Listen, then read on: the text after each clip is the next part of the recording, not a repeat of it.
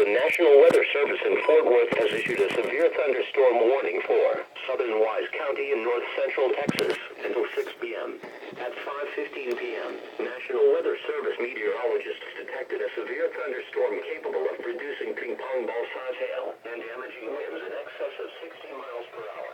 This storm was located 12 miles west of Cottondale, moving northeast at 45 miles per hour.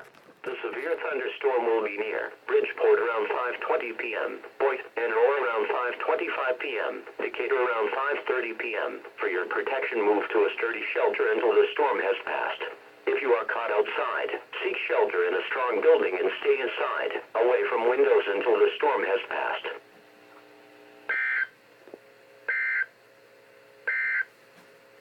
A severe thunderstorm warning remains in effect until 5:30 p.m.